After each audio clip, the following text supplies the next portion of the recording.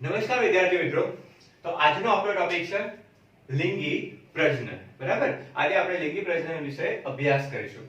તો આપણે આનો અભ્યાસ કરીએ એના પહેલા બધાને મારા તરફથી થેન્ક યુ સો મચ કે તમે આટલો સપોર્ટ કરો છો. બરાબર. હવે બધાને ખ્યાલ જ છે કે આપણે એક નેટની એક ટેસ્ટ સિરીઝ સ્ટાર્ટ કરી રહ્યા છીએ. બરાબર. તો જેટલું બને એટલું બધાને ઇન્ફોર્મ કરો, તમારા મિત્રો સાથે શેર કરો, જેથી કરીને એ વિદ્યાર્થી પણ સારી એવી પ્રેક્ટિસ કરી અને એક્ઝામની અંદર સારા માર્ક્સ કેરી કરી શકે. બરાબર. ખાલી જસ્ટ કરવાનું શું છે, તમારા WhatsApp નંબર ઉપર મને એ વિદ્યાર્થીનું નામ અને એનો નંબર મોકલી આપો, જેથી કરીને આપણે એને ગ્રુપમાં એડ કરી અને જે દિવસે એક્ઝામ છે એ એક્ઝામ રિલેટેડ આપણે એને ઇન્ફોર્મેશન જે પણ હશે એ ગ્રુપની અંદર શેર કરતા રહીશું. બરાબર. તો અહીં આપણે લિંગી પ્રજનન વિશે અભ્યાસ કરીએ. તો લિંગી પ્રજનનનો મતલબ શું કરીશું? બરાબર. પ્રજનન એટલે આપણને ખબર છે. બરાબર. પ્રજનન એટલે શું? તો કે એક એવી જૈવિક પ્રક્રિયા છે, એવી જૈવિક પદ્ધતિ છે કે જેની મદદથી એ જે પિતૃ સંતતિ છે એ પિતૃ સંતતિ એ શું કરે છે? તો કે નવી સંતતિનું નિર્માણ કરે છે, નવી સંતતિનું સર્જન કરે છે. બરાબર. તો અહીંયા લિંગી પ્રજનનમાં કઈ રીતે થતું હશે? તો લિંગી પ્રજનનની અંદર પહેલા તો આપણને ખબર છે કે અહીંયા શાની જરૂર પડશે? તો કે બે વિરુદ્ધ જાતિના સજીવ, એટલે કે એક નર અને બીજો કયો લઈશું? તો કે માદા. બરાબર. તો માની લો કે લિંગી પ્રજનનની વ્યાખ્યા આપણે શું કરીએ છીએ? તો કે બે પિતૃ છે, એમાં એક કેવો છે? તો કે નર છે, બીજી કેવી છે? તો કે માદા છે. બરાબર. હવે આ જે નર અને માદા એ શું નિર્માણ કરે છે? તો પ્રજનન અવસ્થા દરમિયાન, પ્રજનનની ક્રિયા દરમિયાન એ શાનું નિર્માણ કરે છે? તો એ જન્યુઓનું નિર્માણ કરે છે. નર જે હશે, નર એ શું કરશે? નર જન્યુ નિર્માણ કરશે. માદા જે છે એ શાનું નિર્માણ કરશે? તો માદા જન્યુનું નિર્માણ કરશે. તો નર જન્યુ અને માદા જન્યુ નિર્માણ થઈ ગયા. હવે શું થશે? તો નર જન્યુ એ માદા જન્યુ સાથે ફલનની પ્રક્રિયાથી જોડાશે. એટલે કે નર જન્યુ અને માદા જન્યુ વચ્ચે શું થશે? ફલનની પ્રક્રિયા. અને ફલનની પ્રક્રિયા દરમિયાન શું રચાશે? તો ફલનની પ્રક્રિયા દરમિયાન ફલિતાંડ રચાશે.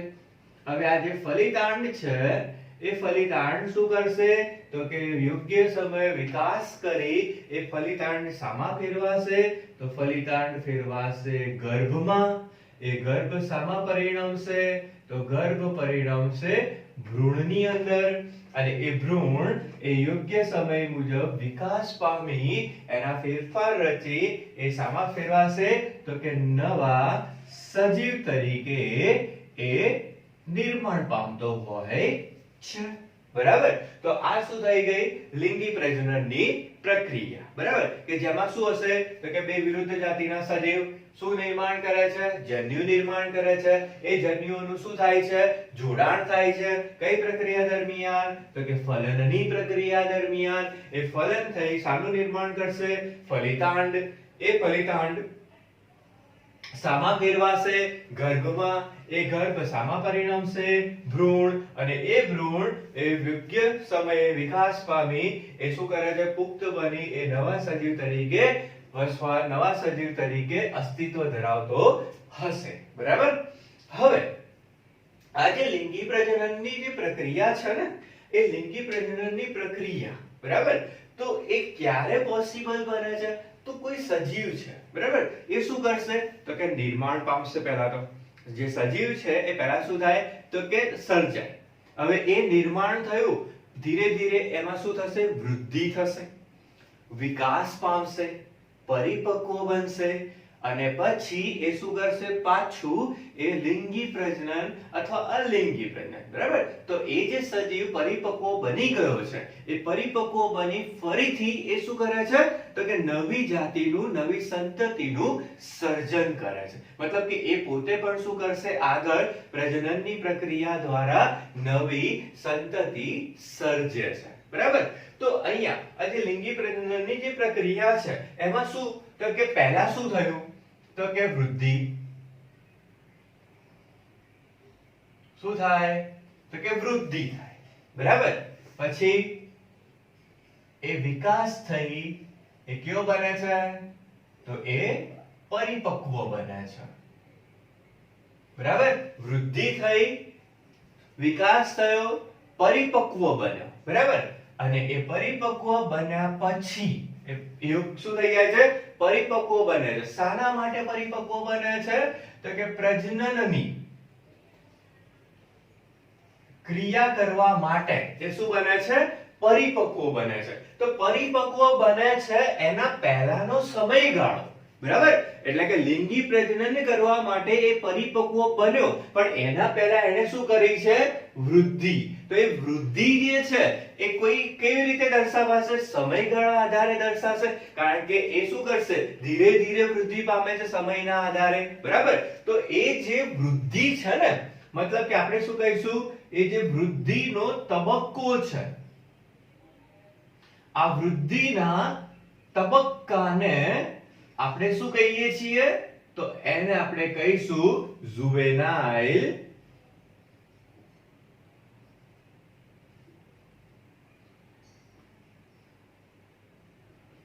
તબક્કો. શું કહેવાય છે? વૃદ્ધિના આ તબક્કાને આપણે શું કહીએ છીએ? વૃદ્ધિના આ સમયગાળાને શું કહીએ છીએ? તો કે જુવેનાઇલ તબક્કા તરીકે ઓળખાય છે. એનો મતલબ શું થયો? કે એ પ્રજનન કરવા માટે પરિપક્વ બને એના પહેલાનો સમયગાળો, જેને શું કહેવામાં આવે? જુવેનાઇલ તબક્કો. આ તબક્કા દરમિયાન એ શું કરે છે? વૃદ્ધિ કરે છે, વિકાસ પામે છે. બરાબર? તો આ જે છે એ જુવેનાઇલ તબક્કો. હવે જો વનસ્પતિમાં થતો હોય, વનસ્પતિમાં સમયગાળો જો જોતા હોઈએ, તો વનસ્પતિમાં એ સમયગાળાને શું કહેવામાં આવે? તો કે વનસ્પતિની અંદર એ જે સમયગાળો છે વૃદ્ધિનો, એ સમયગાળાને આપણે એવું કહીએ છીએ કે વાનસ્પતિક તબક્કો.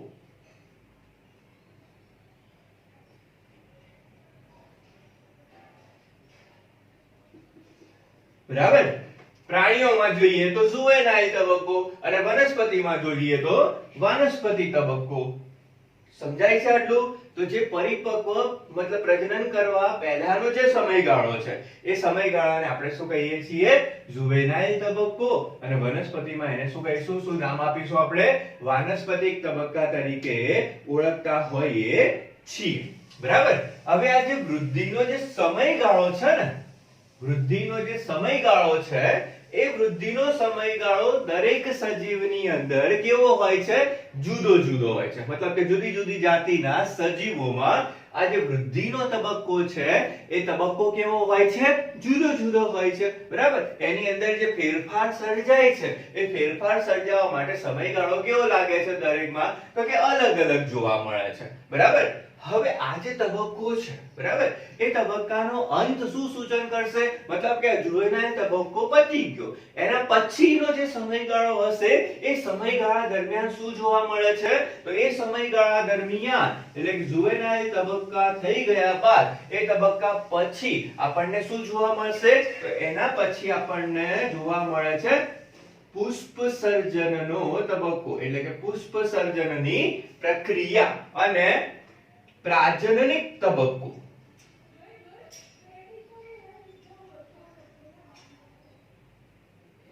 बराबर? શું જોવા મળશે આપણને?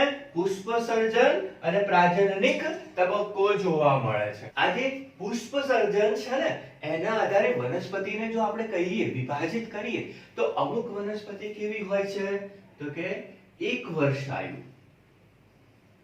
શું કહીએ છીએ? એક वर्षायु वनस्पति. એ જ પ્રકારે દ્વિવર્ષાયુ વનસ્પતિ. બરાબર? એક વર્ષાયુ વનસ્પતિ, દ્વિવર્ષાયુ વનસ્પતિ અને બહુ વર્ષાયુ વનસ્પતિ. હવે એક વર્ષાયુ, દ્વિવર્ષાયુ અને બહુવર્ષાયુનો મતલબ શું કરીએ?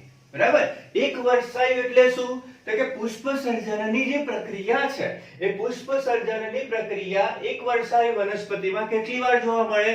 એક વખત. દ્વિવર્ષાયુ એટલે પુષ્પ સર્જન કેટલી વાર થતું હશે? તો કે 2 વર્ષમાં એક વખત. અને બહુવર્ષાયુ એટલે શું? તો કે લાંબા સમયગાળા દરમિયાન ફક્ત એ એના જીવનકાળ દરમિયાન ફક્ત એક જ વખત શું કરે છે? એટલે કે લાંબા સમય સુધી એ એક જ વખત શું કરશે? તો કે પુષ્પ સર્જનની પ્રક્રિયા કરતું હોય છે. એટલે કે પુષ્પ સર્જનના સમયગાળાના આધારે આપણે શું કહીએ છીએ? એક વર્ષાયુ, દ્વિવર્ષાયુ અને બહુવર્ષાયુ. એક વર્ષાયુ એટલે વર્ષમાં એક વખત. દ્વિવર્ષાયુ એટલે શું?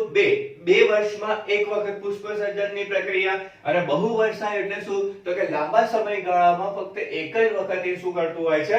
પુષ્પ સર્જનની પ્રક્રિયા કરતું હોય છે. બરાબર? હવે જો આ જે એક વર્ષાયુ છે અને બહુવર્ષાયુ છે, એની અંદર આ જે પ્રજનનની જે પ્રક્રિયા છે ને, મતલબ કે વાનસ્પતિક પ્રક્રિયા, પ્રાજનનિક પ્રક્રિયા અને એની અંદર થતા ફેરફારો, એ ફેરફારો આપણે ઈઝીલી શું કરી શકીએ? તો કે એક વર્ષાયુ અને દ્વિવર્ષાયુની અંદર આપણે એ આસાનીથી જોઈ શકતા હોઈએ.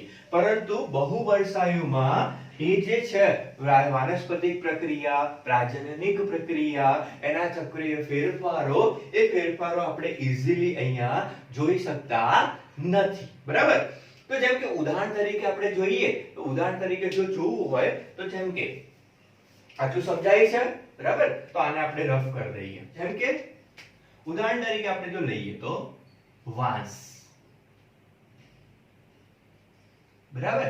આ જે વાંસ છે એની અંદર જે પુષ્પ સર્જનની જે પ્રક્રિયા હોય છે, એ પુષ્પ સર્જનની જે પ્રક્રિયા છે એ કેવી રીતે? તો કે એમના સંપૂર્ણ જીવનકાળ દરમિયાન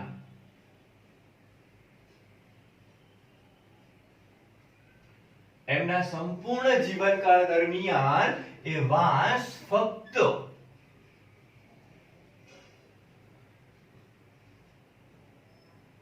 એક જ વખત શું કરે છે? તો કે પુષ્પ સર્જન કરતો હોય છે. એમના આખા જીવનકાળ દરમિયાન એક જ વખત શું કરે છે? પુષ્પ સર્જન કરે છે. મતલબ કે 50 થી 100 વર્ષોની અંદર એક જ વખત શું કરશે? તો કે પ્રજનનની પ્રક્રિયા અને પુષ્પ સર્જન કરી, આ પુષ્પ સર્જન ઘણા બધા, બરાબર, વધુ સંખ્યામાં એ નિર્માણ કરશે. અને પુષ્પ સર્જન કરી એ શું થાય છે? તો એ મૃત્યુ પામતો હોય છે. એટલે કે પિતૃ સંતતિ શું થશે? તો એક વખત પુષ્પ સર્જન કરી એ શું થાય છે? તો કે મૃત્યુ પામે છે. બરાબર? આ જ રીતે બીજું એક એક્ઝામ્પલ જોઈએ તો બીજી વનસ્પતિના ઉદાહરણમાં આપણે જોઈએ છીએ નીલ કુરંજિત. બરાબર? નીલ કુરંજિત નામની જે વનસ્પતિ છે એની અંદર જે પુષ્પ સર્જનની જે પ્રક્રિયા છે, એ પુષ્પ સર્જન કેટલા વર્ષે જોવા મળે છે? તો કે 12 વર્ષે. 12 વર્ષે એ એક વખત એ શું કરે છે? તો કે પુષ્પ સર્જન કરતું હોય છે. બરાબર? 12 વર્ષમાં એક વખત એ શું કરે છે? તો કે પુષ્પ સર્જન કરતું હોય છે. અને આ છેલ્લે ક્યારે જોવા મળ્યું હતું? તો છેલ્લે એ 2006 ની અંદર સપ્ટેમ્બર ઓક્ટોબર 2006 માં. બરાબર? સપ્ટેમ્બર ઓક્ટોબર મહિનાની અંદર 2006 ની અંદર એ જોવા મળ્યું હતું. અને કઈ જગ્યાએ આનો વિકાસ, કઈ જગ્યાએ આની વૃદ્ધિ સૌથી વધુ જોવા મળે છે? તો કે કેરળ,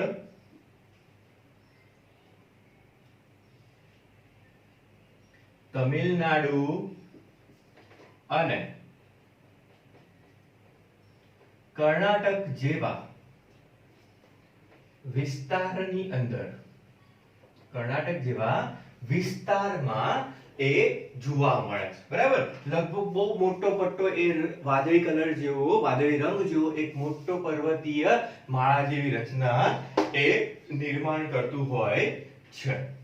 તો બે એક્ઝામ્પલ થઈ ગયા, એક વાંસ અને બીજું છે નીલ કુરંજિત. બરાબર? વાંસ એ એના પોતાના જીવનકાળ દરમિયાન ફક્ત એક જ વખત પુષ્પ સર્જન કરશે, ત્યારે નીલ કુરંજિત એ 12 વર્ષે એક વખત પુષ્પ સર્જનની પ્રક્રિયા કરતું હોય છે. બરાબર? તો વનસ્પતિની અંદર લિંગી પ્રજનન આ પ્રકારે જોવા મળતું હોય છે. બરાબર છે? હવે જો આ તો થઈ ગયો વનસ્પતિની વાત. બરાબર કે વનસ્પતિમાં કઈ પ્રકારે જોવા મળશે. હવે આપણે જોઈએ છીએ પ્રાણીઓમાં લિંગી પ્રજનન એ એમાં કોઈ વિશેષતા છે કે નથી એ આપણે જોઈએ. બરાબર, તો પ્રાણીઓમાં લિંગી પ્રજનન. પ્રાણીમાં લિંગી પ્રજનન માટે શાની અવસ્થા જરૂરી છે, શું વિશેષતાઓ રહેલી છે? બરાબર, તો પ્રાણી છે એ જ પ્રકારે પક્ષી છે. બરાબર, પ્રાણી અને પક્ષી. હવે એની અંદર આ જે પ્રજનનની જે પ્રક્રિયા છે એ પ્રજનનની પ્રક્રિયા એ કેવી રીતે જોવા મળે છે? તો કે ઋતુકીય પ્રજનનની જે પ્રક્રિયા છે એ કેવી રીતે જોવા મળશે? તો કે ઋતુકીય તબક્કામાં, ઋતુકીય ઘટનામાં જોવા મળતી હોય છે. બરાબર, એટલે કે ઋતુકીય ઘટના સ્વરૂપે, ઋતુકીય સમયગાળા સ્વરૂપે એ જોવા મળતી હોય છે. મતલબ કે એક ચોક્કસ અનુકૂલિત સમયગાળામાં એ શું કરે છે? તો કે પ્રજનનની પ્રક્રિયા કરતું જોવા મળતું હોય છે. બરાબર, જેમ કે ઉદાહરણ તરીકે જો જોઈએ તો જે સજીવો જંગલમાં એટલે કે કુદરતી વસવાટમાં, બરાબર, જંગલની અંદર અથવા કુદરતી વસવાટમાં, કુદરતી વસવાટ કરે છે. બરાબર, જે સજીવ, જે પ્રાણી જંગલ અથવા કુદરતી વસવાટમાં વસવાટ કરે છે, ત્યાં રહે છે, એમની અંદર આ જે પ્રક્રિયા છે એ પ્રક્રિયા એ ચોક્કસ ઋતુ દરમિયાન, બરાબર, ઋતુકીય સમયગાળામાં, એ ચોક્કસ ઋતુમાં જોવા મળે છે. જ્યારે બંધન અવસ્થામાં રહેલા સજીવો, બંધનાવસ્થા એટલે કે આપણે એને કૃત્રિમ રીતે શું કરીએ છીએ? પાળીએ છીએ, એમની અંદર સંકરણ કરાવીએ છીએ, એમની અંદર કૃત્રિમ ફલન કરાવીએ છીએ. બરાબર, જેમ કે ઉદાહરણ તરીકે જો જોવું હોય તો કે મરઘા ઉછેર કેન્દ્ર, મત્સ્ય ઉછેર કેન્દ્ર, એમની અંદર આ જે પ્રજનનની એટલે કે ઈંડા મૂકવાની જે પ્રક્રિયા છે, બરાબર, એ ઈંડા મૂકવાની જે પ્રક્રિયા છે એ વર્ષની અંદર એટલે કે ઋતુની અંદર એ એક કરતા વધુ વખત જોવા મળતું હોય છે. બરાબર, આ જે ઈંડા મૂકવાની જે ઘટના છે એ કેવી જોવા મળે છે? તો કે વધુ વખત એટલે કે વર્ષમાં કેટલીય વખત એ જોવા મળતી હોય છે. તો એમનો જે કુદરતી સમયગાળો છે એના કરતા વધુ વખત આપણે શું કરાવીએ છીએ? ઈંડા મૂકવાની ઘટના એની અંદર કરાવતા હોય છે, એમાં જોવા મળતી હોય છે. તો આ જે કરીએ છીએ, આ જે પ્રક્રિયા કરાવીએ છીએ કૃત્રિમ રીતે, એ શાના માટે? તો કે ઉદ્યોગોના વિકાસ માટે, મતલબ કે માનવના કલ્યાણ માટે. બરાબર, માનવ કલ્યાણ માટે આપણે કૃત્રિમ રીતે કરાવતા હોઈએ છીએ. બરાબર, જ્યારે જંગલની અંદર જે કુદરતી વસવાટ કરે છે એમની અંદર આવું જોવા મળશે નહીં. એ એમના ચોક્કસ ઋતુકીય સમયગાળામાં જ એ શું કરે છે? તો કે ઈંડા મૂકતા હોય છે, એ પ્રજનનની પ્રક્રિયા કરતા હોય છે. બરાબર છે, આટલું સમજો છો? હવે જો, જેમ કે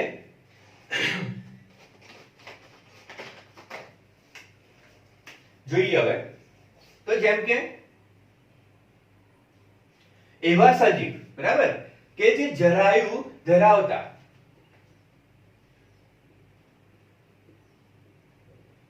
એટલે કે સસ્તન સજીવ, બરાબર, સસ્તન માદા કે જે શું કરે છે? તો જન્યુઓનું નિર્માણ, જેની અંદર જન્યુઓનું નિર્માણ થતું હોય છે. બરાબર, એવા સજીવની અંદર આ જે પ્રક્રિયા છે, બરાબર, એવા સજીવની અંદર એટલે કે એમની અંદર જન્યુઓના નિર્માણની જે પ્રક્રિયા કરાવતું હોય એમની અંદર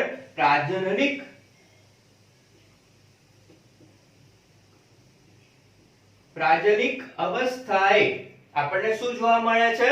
તો કે ચક્રીય ફેરફાર જોવા મળે છે. શું જોવા મળશે? ચક્રીય ફેરફાર જોવા મળે. કેવા ચક્રીય ફેરફાર જોવા મળે? તો કે અંડપિંડ,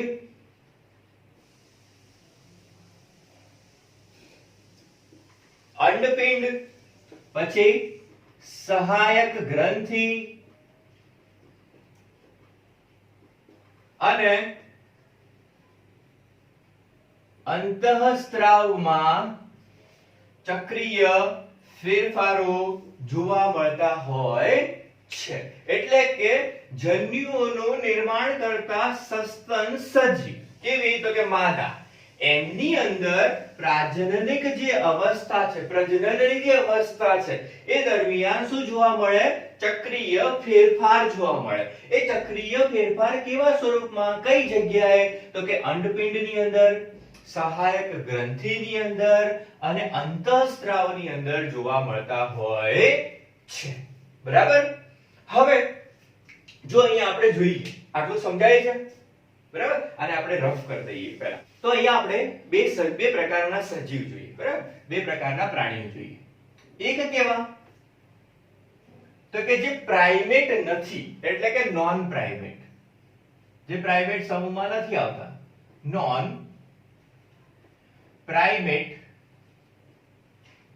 પ્રાણી. એ જ પ્રકારે જે પ્રાઇમેટ સમૂહ ધરાવે છે, એટલે કે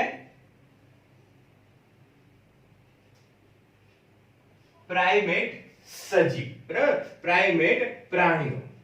હવે એમની અંદર નોન પ્રાઇમેટ અને પ્રાઇમેટ ની અંદર આ જે પ્રક્રિયા છે, બરાબર, એ કઈ રીતે જોવા મળશે?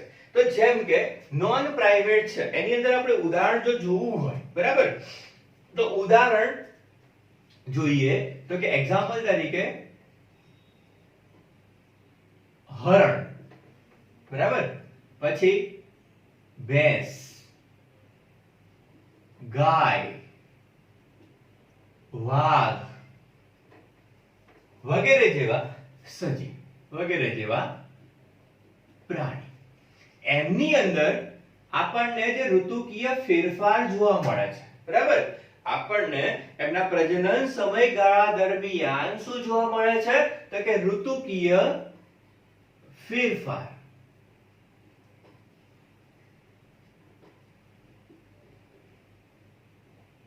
બરાબર? શું જોવા મળશે?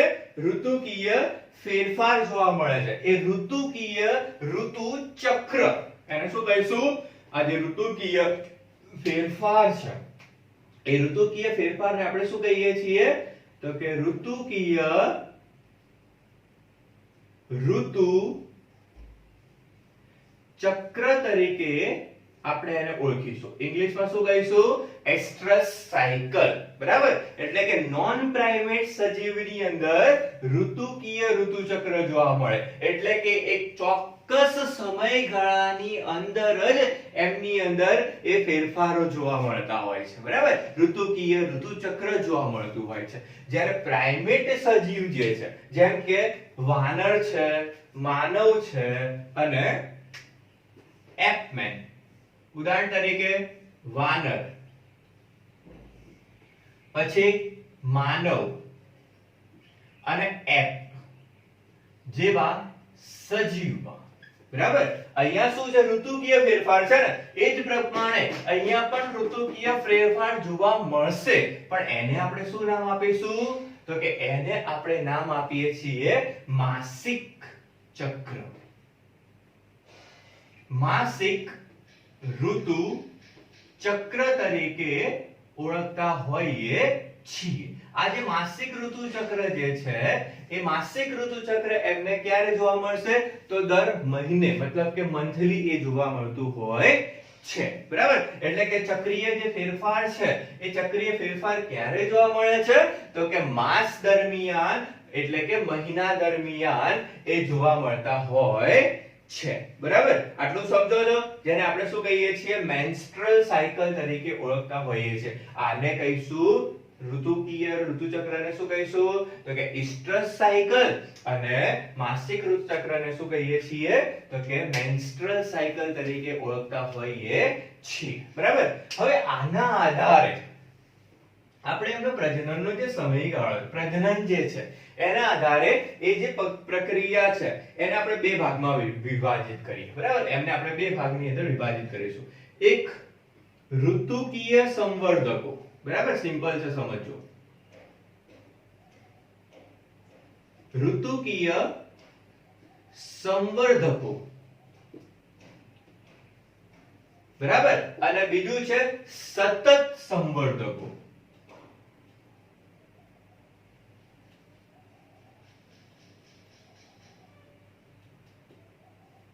ઓકે, હવે આ બંનેમાં ફેરફાર શું?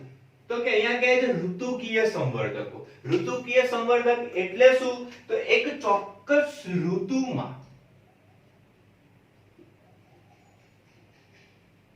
એક ચોક્કસ ઋતુએ એમની અંદર શું જોવા મળે છે? તો કે પ્રાજનનિક તબક્કો જોવા મળે.